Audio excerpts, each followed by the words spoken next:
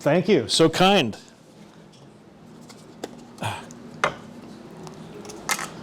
That's just a sexy title to make you come here. I don't know the answer, for sure, but I'm worried. And maybe I can explain to you why I'm a little concerned. First of all, I'm not a biologist, certainly not an ichthyologist or anybody that's an expert on fish. I guess you could characterize me as a researcher. And I did spend 10 years working for the Canadian government. And during that time, I was mostly stationed in Port Dover. And amongst the many government entities that I worked with there was the Ministry of Natural Resources on the other side of the lake. And so I'm going to bring you some data that will maybe make you feel better or worse about perch fishing. I don't know how you feel about perch, but this is my favorite meal. I know that we're not supposed to eat fried food, not supposed to eat deep fried food, but I never miss the opportunity to eat a perch dinner. Sadly, you can't get one around here, and we'll talk about that in just a little bit.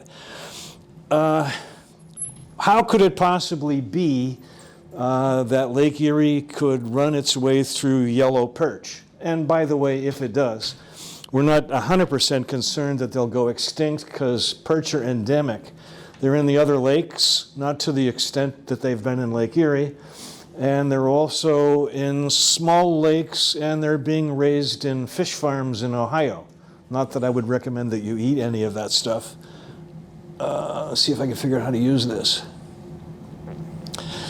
How unthinkable is it that a fish could disappear from Lake Erie? Well, not everyone recalls that the very most important fish in Lake Erie was the Cisco, which is spelled two ways. There's an E on it if you're a Canadian, and just an O if you're an American. The Cisco is in the herring family. It's kind of looks like a white fish. Some of them are still being caught by commercial fishermen at the west end of Lake Erie.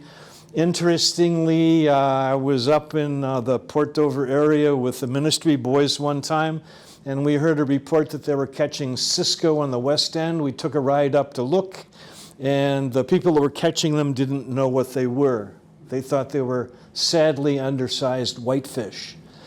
The reason why the Cisco was such a great fish is that you didn't really have to do much to preserve it. It was big enough to be self-preserving. You would slice it open and take out the guts, fill it with ice, pack it in ice, ship it to New York or Chicago, where you could get twice as much for it as you could around here. The very most important Lake Erie fish. By the way, if you want to go and look at some interesting and fun data, you might want to go hunt down an old book that I wrote with my friend Jerry Skripczak. It's called Fortune and Fury, the history of commercial fishing on Lake Erie. So that book has all the data that you would want on all these kinds of fish.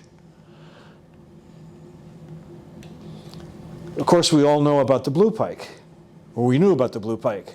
Unlike the Cisco, which may or may not be possible to resurrect, be too expensive, we probably won't do it, but we have rediscovered some Cisco in the central parts of Pennsylvania. The blue pike is gone. The best hope we had was some fisherman that was going out of business in Ohio had his kids come with a dumpster and empty his house and his business, like mine will have to do someday, looking and saying, why would Dad keep this kind of crap? And they were going through the bottom of the freezer, and they found a wrapped up blue pike that was labeled blue pike, and they opened it up and said, it's a blue pike, we recognize it. I went fishing for blue pike. I remember a blue pike myself, personally, and I'm not that old, just 80. If you're my age, you're a little bit older, you remember the glory days of blue pike when you caught them through the ice, caught them two at a time without bothering to put minnows on your hook. This was a fantastic fish, but it wasn't as good as the Cisco. It was a replacement for the Cisco. When the Cisco disappeared, the commercial guys started trying to hustle these things, and then in a pinch, perch, because they were too small. And or maybe on the other side of the lake, they call this a blue pickerel, and they call the yellow pike, our walleye, a yellow pickerel. As a result of the the Cisco disappearing and the commercial guy is starting to target these fish, They had to change their way of cleaning and preparing and shipping fish. You couldn't slice this guy down the center, pack him with ice, and send him to New York. He wouldn't last that long. So there was a family from Erie called the Colbys that established themselves in Port Dover as well for a variety of intelligent reasons. They sent their youngest son to Rensselaer in the 1920s, which would have been about like sending somebody to Stanford now. Rensselaer was the apex of technology back then, and his job was to invent commercial freezing, which he did. He invented commercial freezing, guy from Erie, Pennsylvania. And what they used to do with these fish was to fillet them. And by the way, the Colbys were the innovators of filleting fish. Nobody filleted fish until the Colbys came. And the Colbys, of course, in the early days when they filleted fish, they didn't fillet them the way we now fillet walleye, taking the skin off so that they're so delicate and tasty. They sent the filleted yellow pike, blue pike, or perch, if you had to deign to that because they were too small, with the skin on. They didn't bother taking the skin on. They just ran them through commercial scalers that, by the way, were made in Girard, Pennsylvania. Small world. So why do we fish? I have 3 reasons to suggest. 1, fishing is addictive. It uses variable ratio conditioning, which is the most powerful kind of conditioning. You can really get hooked, literally, on any activity that features this. It also seems like you're getting something for nothing.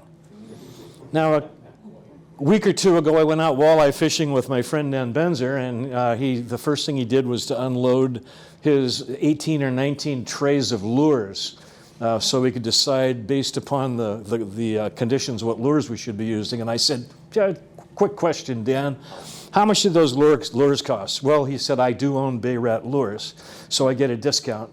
But retail, there's $9,000 or $10,000 worth of lures here. And now we've got 6 poles, and we've got those things that hold your poles out away from the side of the boat, and we've got dipsy divers, and we've got a boat that needs a lot of gas. You need a lot of gas to go out there and catch walleye. And I want to tell you how fun catching walleye is. He and I went out. We were out for 2.5 hours with a couple of other guys. We caught our 6 times 4 fish. We caught some sheephead, and we caught some white perch that I'll talk to you about a little bit as well. Also, a driving reason for fishing is legacy. If your dad fished and took you out to fish and you learned to fish from your dad or your mom or your grandpa, maybe you just are hooked on it because of that. So here's some examples of variable conditioning. Why do we like baseball? Well, this guy is going to hit 300 or else he's going to get sent to the minors. But when he comes up to bat, you don't know when he's going to get one of those hits. Same with the slot machines there. This is a problem for elderly people, my elderly colleagues. There's places in Florida where you can go for help.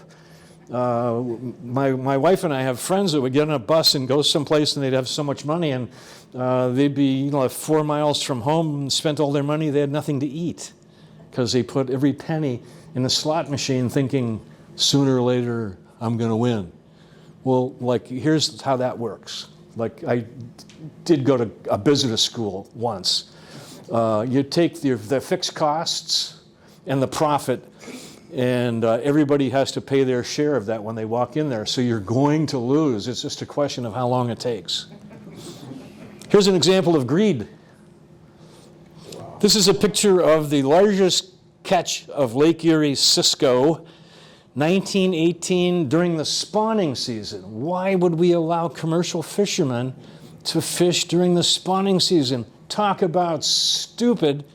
Look at that boat, 30 tons of Cisco all at one time. You couldn't even process them fast enough to save the flesh. Just awful. Now let's talk a little bit about Lake Erie. Lake Erie has roughly 20% of the water and 85% of the fish in the Great Lakes. Ooh, fish don't like Lake Superior, or Lake Huron, or Lake Michigan, or Lake Ontario. The fish that liked Lake Ontario have been obliterated. They're gone now. We don't have them anymore. The trout are gone, the original lake trout. So how do you manage a lake that has a line that goes down the middle of it, separating two countries, Ontario on one side, Canada, versus the 4 American states, New York, Pennsylvania, Ohio, Michigan. So let me tell you about the state of research in New York, Pennsylvania, Ohio, and Michigan. In New York, there's a couple people still fishing. It's a little spotty. In Michigan, there's a couple people still fishing, but not on Lake Erie. For the most part, they're up in the big lake trying to catch smelt and some other stuff. Ohio does a pretty good job. Pennsylvania has shifted its interest from lake fish to stream fish. It's a better deal. People want to go catch trout. So if you're watching at Presque Isle every year a tanker truck full of stupid corn-raised trout gets dumped into the 2 basins by waterworks, and an amazing thing happens. At the same time that happens, the osprey come. You know, osprey go back and forth, and there's like 4 living, at least 4, maybe 6 living on Presque Isle. They're all sitting in the trees waiting. So this is a free lunch for osprey and people that like to catch corn-fed trout and think they're eating something good. Now let's talk about the politics and use natural gas as an example. Here's a picture of Lake Erie, and there's the center line, and on the north side you see that we're vigorously mining or drilling for gas, natural gas. There has never been a disaster in the drilling for natural gas on the Canadian side. Had a couple of leaks from time to time, which means you have to hire a diver/plumber to go down and seal up the leaks. You know you got a leak in the winter if there's a hole in the ice, and you know you got a leak in the summer by driving around in your drone and looking for bubbles. Why wouldn't we be drilling for gas? Because it's all of our gas. We're stupid not to. Tell you a yacht club story. I belonged to the yacht club. We had a little gas well. It was not quite doing the job. They brought a fancy gas well technician around, and he said, you know, if you drill that down about 500 feet, you'd have more gas and you knew what to do with. So they drilled it down about 500 feet. They had so much gas that on the turnaround where they were selling it back to National Fuel, they were violating their 501c3 charter. They had no choice but to install air conditioning, generators, and all kinds of other devices that are running by gas. If you had 3 or 4 city lots and you had the space, you could go drill a gas well right now and you'd never have to pay another nickel for gas. And if you don't do it, the Canadians are going to get it. Why aren't we doing that? Because those 4 governors are each afraid of the politics of announcing that they're going to be drilling for gas in the middle of Lake Erie. A well like that, like you see on the right-hand side, gives you the impression that something bad could happen, like oil could leak up at the bottom. Silly. Trouble in Lake Erie. The first trouble in Lake Erie was the smelt, and we'll talk about that in a minute. The current trouble in Lake Erie is this thing that we all love to eat and we all love to catch. It's related to a perch. It kind of tastes like a perch. If you fillet it and take out the skin and you eat the 20 inchers instead of the 40 inchers, you could be eating perch. In fact, every year now when the Suns have their annual suck up to all the politicians free perch fry on the bayfront, they're not serving you a perch, they're serving you a walleye that have been cut in half, and you wouldn't know the difference. They're that good. But there's something wrong when we suddenly have a gazillion guys taking you out and making money catching walleye. And they like it.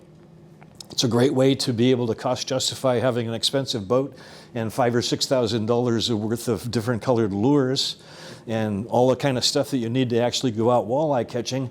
But you really shouldn't be able to go out like a dummy like me and catch 24 walleye in in an hour and a half. That's just not right. There's something wrong. And what's wrong is that, if you've seen a walleye, it's a literally eating machine. Don't put your hand in there. It may not come back out. They have teeth. And when you go in there and look, You know, we're going to find inside of a walleye, and we know this now from the work sampling stuff that the Ministry of Ontario Natural Resources is doing. We find perch. Oh. Not gobies. Oh no, when you go in perch, you find gobies. When you go in walleye, you find perch. And how many you're going to find on average? Close to 2. It's like 1.8 or 1.7 or something like that. So about the Ontario Ministry of Natural Resources, they sort of seem like the bad guy because they have commercial fishing that still is happening. And I'm a fan of commercial fishing because of the data. And they still allow gill netting, and I'm a fan of the gill netting because of the control. When we had commercial fishermen in Erie, they were totally out of control. They would catch a boat full of fish and pass it to their brother-in-law before they came to land in case they get inspected, which they rarely did. If they caught 10 fish, they said they caught 3. They caught all kinds of stuff they shouldn't have caught. I love the Ontario Ministry of Natural Resources and Forestry for the data that they generate. And they keep track of the data on both sides of the lake, the commercial data. They try to keep track of the angling data. That would be all of us guys who go out fishing for perch or whatever. But it's hard for them, and their data is probably not so good. Something else about Canada, you know it's too socialist. They're woke. They got fires and they can't put them out because they're spending money on healthcare and making people live longer than our people live. Their healthcare system is vastly superior to ours. Although when you say that, people light up and jump up in the air and say, oh, it's possible. Well, it's totally true. They live 7 or 8 years longer than us. Their infant mortality is lower. Every metric of healthcare, they outperform us in a very big way. How do they do that? Well, they use supply management rather than demand management. So some years ago, Gannon decided, well, we should have a school of business. So we just started one. And there was a demand, so we filled it up with people. We even have a graduate program. You can't do that in Canada. There's a supply management council for med school, business school, engineering school, softwood lumber, eggs, dairy products, anything that's critical. More important for this conversation, fish. Ocean and Great Lakes fish are supply managed. That means there's an annual quota determined by a panel of biologists that's been doing research and asks, what's the biomass of perch right now? What's the biomass of yellow pike? What's the biomass of smelt? If it's a useful, interesting, important fish, they don't care about carp, they don't care about burbot, they don't care about sheephead, they don't care about white perch, yellow perch, silver bass. They don't care about any of that stuff. It's just incidental stuff. But if it's important fish, they know how many are out there and they have the best data. So they have a committee that says, okay, boys who have commercial fishing licenses that cost big bucks, the next quarter of the next year, you'll be allowed to catch this many pounds of yellow perch, this many pounds of smelt that you have to trawl for, and this many pounds of walleye, or yellow pickerel, as they call them over there. You can't catch more than that. When you've caught that, you're done for the quarter. Just go on home, twiddle your thumbs till the next quarter, and we'll re-announce what that quota is going to be. So the biggest event in the life of a commercial fisherman is around Christmas. The Ontario Ministry of Natural Resources announces what the annual quota will probably be, but they reserve the ability to change it, quota or quarter by quarter by quarter. You don't want to lose your commercial license. It costs a fortune. Lose your license, you're done. You'll never get it back again for the rest of your life. And in every instance in Lake Erie commercial fishing, all the fish tugs are 100% inspected each day. They must be back by 3:30. They lay their stuff on the ground. The people measure it so they know how to count it against their quota. They take 10% of everything that's caught, and they open up the stomach and they ask, what's in there? So they'll know. Well, here's a problem that happened in Lake Erie a while back. Some anglers in Lake Michigan decided that they wanted to see if they could stock Lake Michigan with lake trout. And they stocked Michigan with lake trout and they all died because they had nothing to eat. So they asked around, and some friends said, a friend of a friend who knew a guy who knew a guy who knew a guy said, there's these nice little fish up in some northern lakes in Canada called Smelt.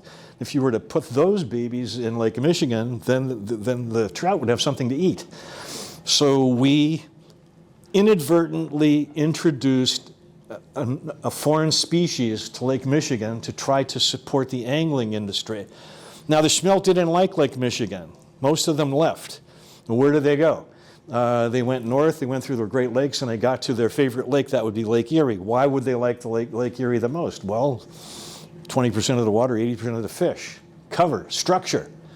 Now, if you're my age, you'll remember the good old days, which weren't really good old days. They seemed like good old days, kind of like fishing for yellow pike seems like the good old days. We could go with a wicker basket to a creek and dip your wicker basket in the creek, and you would have, you know, a couple, 300 Smelt. And you can eat Smelt raw practically. They're so good to eat. You could slice them open, you can deep fry them, and then some of them were big. Now here's the problem with Smelt. Went to a lecture about Smelt once, and a guy said if Smelt in Lake Erie got to be 5 feet, you couldn't swim. People would be killed. It would be worse than the shark attacks that are happening these days in Florida in the warm water. Smelt, they're nasty, vicious fish. And here's another fun thing that happened. In Port Dover, they were processing millions of tons of Smelt that they were catching with trawling equipment to try to control the biomass. And to process them, they were buying something called a Syntron hopper from Girard, Pennsylvania, which had a V-shaped assembly line that rolled, and the Smelt dropped into the V-shaped thing. A razor blade came down and cut them open. A blower went, blew their guts out. And then another razor blade came down and took their heads and their tails off. That's what you did with a big Smelt. And where those Smelt go, they got sent to Japan to be made into sushi. So if you're on the West Coast paying big bucks for sushi, there's a good chance that you're eating Lake Erie Smelt. It's that good, that tasty, that easy to preserve, to ice, etc. And there was tons of it. Now, smart guys, these commercial fishermen, the processing houses, they're wondering, what are we going to do with all this stuff?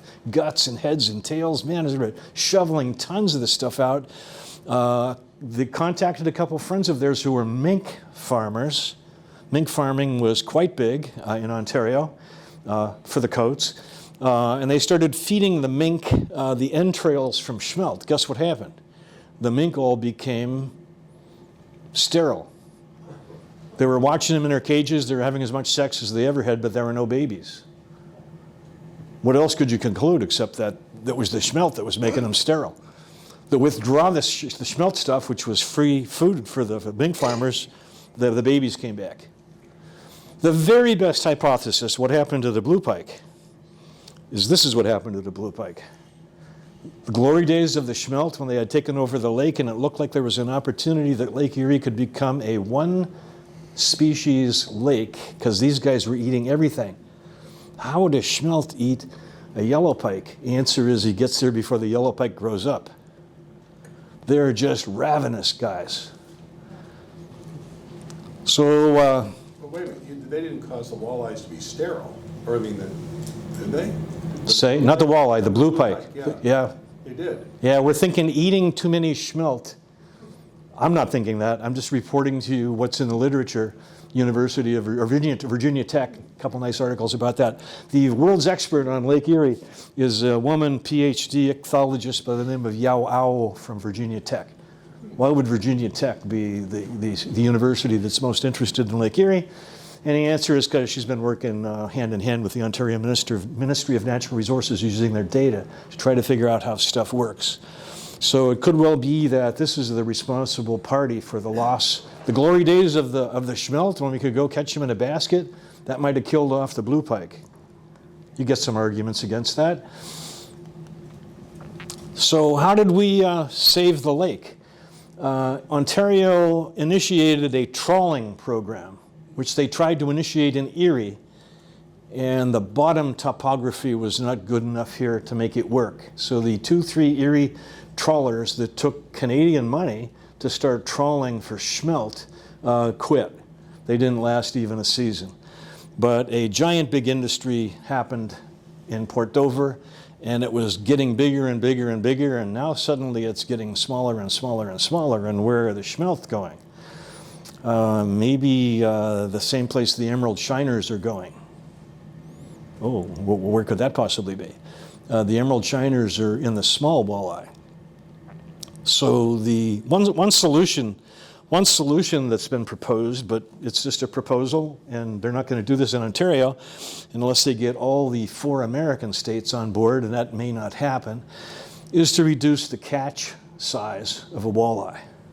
So they're now gill netting for perch, and the good thing about a gill net is you can control the size of the fish you catch by controlling the size of the opening, and you can control how many you catch by having a quota, so that when the proper amount has been caught, we tell the gill netters, pull the nets, can't have them there anymore. So we're trying to catch an 8-inch perch. If it's a 12-inch perch, we want it to bounce off and go off. It's a breeder. If it's a 4-inch perch, we want it to swim through and live to grow up and get caught another day. When you're trying to catch an 8-inch perch, you're inevitably going to have a bycatch. That's we're going to be catching some 8-inch or 9-inch walleye.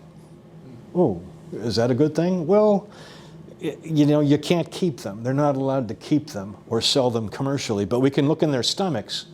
Oh, what's in their stomachs? Emerald shiners and gobies. So here's some numbers for you to think about. I ran from 2016 to 2021. 2022 wasn't available yet. And I threw in 1970. This does not give you a sense of the huge numbers that would have been going on in the 1920s and 30s when these numbers were astronomical. But take a look at yellow perch. 10,545,000 commercial at the dock, uncleaned pounds in 1970.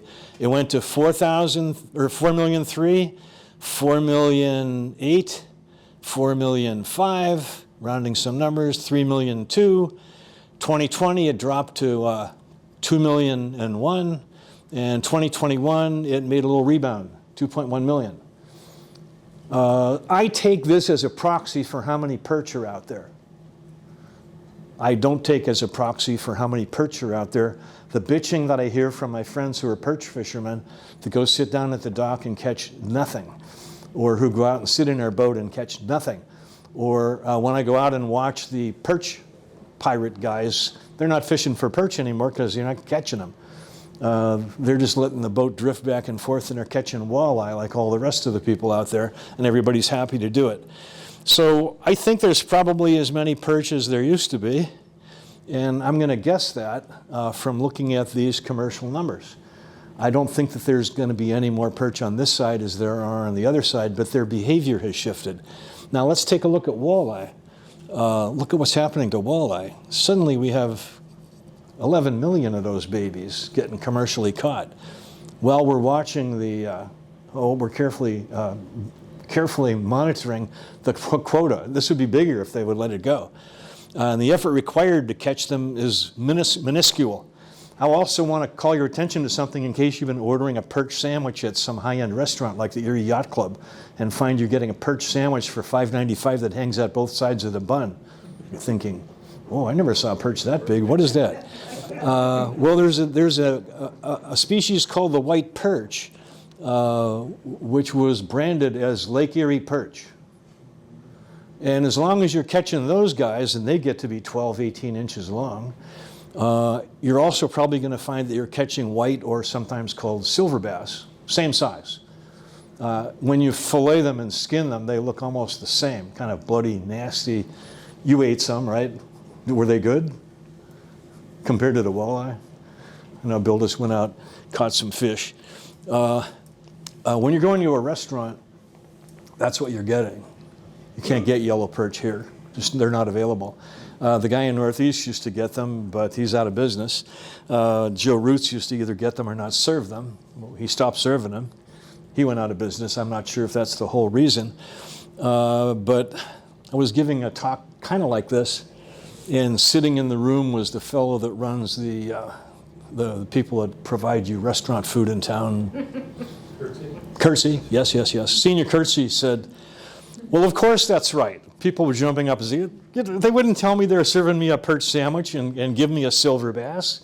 And he said, well, you sure would. And turn me loose and let me deep fry a piece of your shoe, and you'll love it if I bread it. Be able to tell the difference. Commercial catch seems stable. That's hopeful. But the anglers are reporting that they can't catch them anymore. Why? Because the emerald shiners are gone. Where'd they go? They're in the small walleye. They're eating them. They're eating machines. Tell you a fun story. You guys know Sons. Everybody here should join. Everybody should join Sons. They're just a fabulous organization. They do such good stuff. One thing they decided to do one year, since they're interested in supporting native species, is they thought they might start a little hatchery program down there by Chestnut Pool. I think of it as Chestnut Pool. I guess Chestnut Pool's been gone forever. So they went to the Pennsylvania Fish and Boat Commission. They got some fry, some walleye fry, and some perch fry, and they got all the equipment, and they're excited, and they're watching a walleye, and they're getting bigger and bigger. I don't mean bigger. I mean they're microscopically bigger. And then they took off a weekend, and they came down, and they looked, and they're all gone. And they asked, well, what happened? Are they on the floor? Did they jump out? Was there an accident? You know what was happening? They're eating each other. They're fry. And they're eating machines, and they're eating each other. You can't stop them. So something good about the Ontario Ministry of Natural Resources and Commercial Fishing, there's a daily inspection, and we look inside the yellow pike or the walleye, and what do we see? Perch and some emerald shiners. And we look inside the perch, and what do we see? We see gobies. I've got some grandsons that will come to my boat that I had before I sold my boat, and they will take their Mickey Mouse and Spider-Man fishing poles that I bought them when they were little, and they thought those were great fishing poles, and they'll hang around with grubs in front of my boat and catch a bucket of gobies. Doesn't take long at all. And they put gobies on their lines on their new fishing poles, like we would all like to have, and they're catching unbelievable stuff. Everything they catch. It's the best bait there is. I think it's illegal, but I'm not going to say anything about it when my grandkids do it. There's also an incidental catch. When the trawl guys come in, the trawl guys are out there, and they're trawling in deep enough water so they're hopefully not disturbing any bottom structure. And they're trawling. And when they trawl and bring up a trawl, I've been out trawling a couple of times. One of the fun things I got to do when I was working over there, wrote a couple of books and papers, is I went trawling twice, and I went gill netting twice. I had a hook in my hand and, hanging out with the guys, pretending I was a fisherman. Of course, it doesn't work very well. But the trawl guys, here's what they do. They kind of know where the Smelt are because they were out there the day before hunting. And they drop their nests and they drag their nets along, and they set their RPMs on their engine. And when the boat speed falls to a certain level, they know it's done, and they pull the nets up and they dump the Smelt on the ground, and they take them to market. Now, when they do trawling, they catch stuff accidentally, incidental catch. They're allowed to catch burbot and keep it. We call that maybe ling cod or lawyer cod. One of the great fish to eat. If you know how to clean them, you get 4 perch-sized fillets, large, and they're really tasty. The problem in marketing them is sooner or later somebody will ask the question, what does this fish look like? And when you see it, it's like, I'm not sure if I want to eat that. Is that a fish? What is that? It has whiskers. They also sometimes catch carp. That's okay, they can keep that. White perch, silver bass, they keep all that stuff because there's a market for it. That's a good thing to keep. No limits. Nobody cares about that stuff. They're all invasive species. And they accidentally sometimes catch perch and walleye. And when they do that, they're required on their trip back in to be inspected to clean it properly and turn it over, and it goes to homes for old people. So they don't get to keep it. And they can't throw it overboard. You can't throw those things overboard because when you come up from trawling at 100 feet, the swim bladders break. So if you're throwing your incidental catch overboard, they're going to float and you're going to get caught and you're going to lose your license. Nobody wants to take that risk. So here's what's happened to perch stomachs. We know about perch stomachs only because of the Ministry of Natural Resources and their work. We know that in 2018, the contents of a perch stomach was 80% fish. And in 2021, it was 25% fish. So there's no fish for them to eat anymore, but they're surviving, apparently. And what are they surviving on? Bugs. Did anybody see the mayfly explosion 2 weeks ago? I went to the gas station and I had to brush the mayflies off the pump. It was great. It was like the old days. That's one of the things that they like to eat. So perch are eating insects. And where are insects in the water column? They're everywhere. Where are emerald shiners in the water column? They're in schools near the bottom. So in the old days, you could catch perch by putting 2 minnows, emerald shiners that you got at the bait shop, which you can't get anymore, on hooks and dropping them down 4 or 5 inches from the bottom where all the rest of the emerald shiners are, and wham, wham, you'd catch 1 or 2 instantaneously. Can't catch them like that anymore. Can you catch them? Sure. Do I know how to catch them? No. So could the yellow perch go extinct like the blue pike? I don't think so. Or the Cisco? Maybe. Yellow perch are endemic. They're everywhere. And they're also being raised in Ohio in farms. But if you follow the people who study nutrition, who maybe want you to limit the amount of Roundup that you're eating, somebody's raising corn next to a place where they dug out a pit to raise yellow perch. The Roundup from the corn, can't grow corn effectively without Roundup, is leaching into the ponds where the yellow perch are being infected. So here's what we know by looking at the fillets that you can get at Giant Eagle for 13 bucks a pound or whatever, have shipped to you from various places in Ohio. They're going to have chemicals there that you might not like to be eating. Chemicals in Lake Erie, well, perch are not bottom feeders. If you can get by the concern about having microscopic plastic bits in the perch, they're probably way better for you. And they taste good. There's one last local commercial fisherman. If you've been out walleye fishing, you've seen his nets out there. He's a trap netter. That means he doesn't know what he's going to catch or when he's going to catch it. He's semi-serious about this. He comes in when he comes in with the fish that he has, and he sells them to the people that happen to be there. The likelihood that he could be a regular provider for you is pretty low. Good guy. Generally not available at the market because they don't have enough perch because of the quotas to get her all the way around the lake. So these days, most of the perch and walleye that are caught on the Canadian side commercially, which would be available for you if you don't have a brother-in-law that goes fishing and brings you fillets to eat, they're all coming out of Leamington, Ontario, which is at the west end, sort of across from Cedar Point. So that's the epicenter of where you can get perch to eat. You go around Lake Erie, you might find somebody in Toledo that has perch in a market, but you might not. And there's the demand for perch. Yeah, there's still a couple guys fishing there, and that's where the guy from Northeast, I can't remember, Freeport, that's where he was getting his. But I'm not sure. I don't know. You can't find any data about those guys, which makes me a tad bit nervous. When in stock, which it's not now, you'll pay $25 a pound or $24 a pound for yellow perch. So if you can go out and catch your own, you're going to save a lot of money. By the way, white perch sells at the dock. That's uncleaned for $3 a pound. That makes it a profitable item for somebody that's trying to kid you into thinking that when you buy your perch sandwich, that's a real perch sandwich. Farm-raised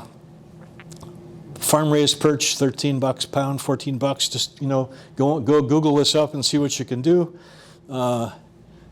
Frozen yellow perch fillets, I just found them right now. You can get them for $189 for 5 pounds. Have them shipped right to you, vacuum packed, and this is about the size of them. You'll get 7 to 10 per pound. 2 years ago, I sailed on the Interclub race. We went over to Port Dover. We went to the Erie Beach Hotel, went to the new rooftop restaurant. Everybody ordered perch. And all the guys said, hey, we're getting screwed here. These aren't perch. Look how little these are. But what's wrong? These aren't real perch. These are only teeny. These are like bigger around as my finger. When we get perch in Erie, they're way bigger. I didn't say anything. I just ate my perch quietly and kept my lips pressed And your together. celery bread. Sorry? And your celery bread. Yeah, and my celery bread. Thank you. And yeah, celery bread, that's got to be really good for you because it's made out of celery. Notice that when this comes to you, there's going to be 7 to 10 per pound. And that's what they look like when they're cooked. I wished I had a finger there so you could compare the size. But frozen white perch fillets, $4.50 per pound, vacuum sealed and sent to you. This could be white perch or it could be silver bass because they're both considered to be the same fish. And you get 4 to 6 per pound, and they come with skin. That's skin on. By the way, these perch prices are skin on as well.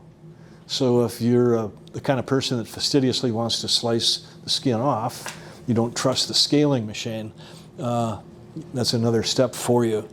So this is what you're eating at the restaurant, sorry to say. And that's it. That's all I have to say. I should say one more thing. If you remember the Suns and you're reading the newsletter, there was an accident at a fish hatchery somewhere in central Pennsylvania where they were experimenting with Cisco eggs about 1931 or 32, and some of them got away and they got loose in the creek and they washed into the nearby lake. So we have a lake full of actual Cisco in central Pennsylvania, and people have been catching them quietly and not saying much about it, not really sure what they were. They thought they were some kind of whitefish. And we have now taken the couple of Cisco from that lake and sent them to Ohio State, which has banked DNA from old species, and asked, what is this? And they said, oh, that's an exact match, Lake Erie Cisco. So the Pennsylvania Fish and Boat Commission that is thinking that maybe they can make something happen here is going to the United States government asking, can we have money to reintroduce Cisco in Lake Erie? This could be a good thing. I don't know if it's going to happen, but it's sitting there spinning right now.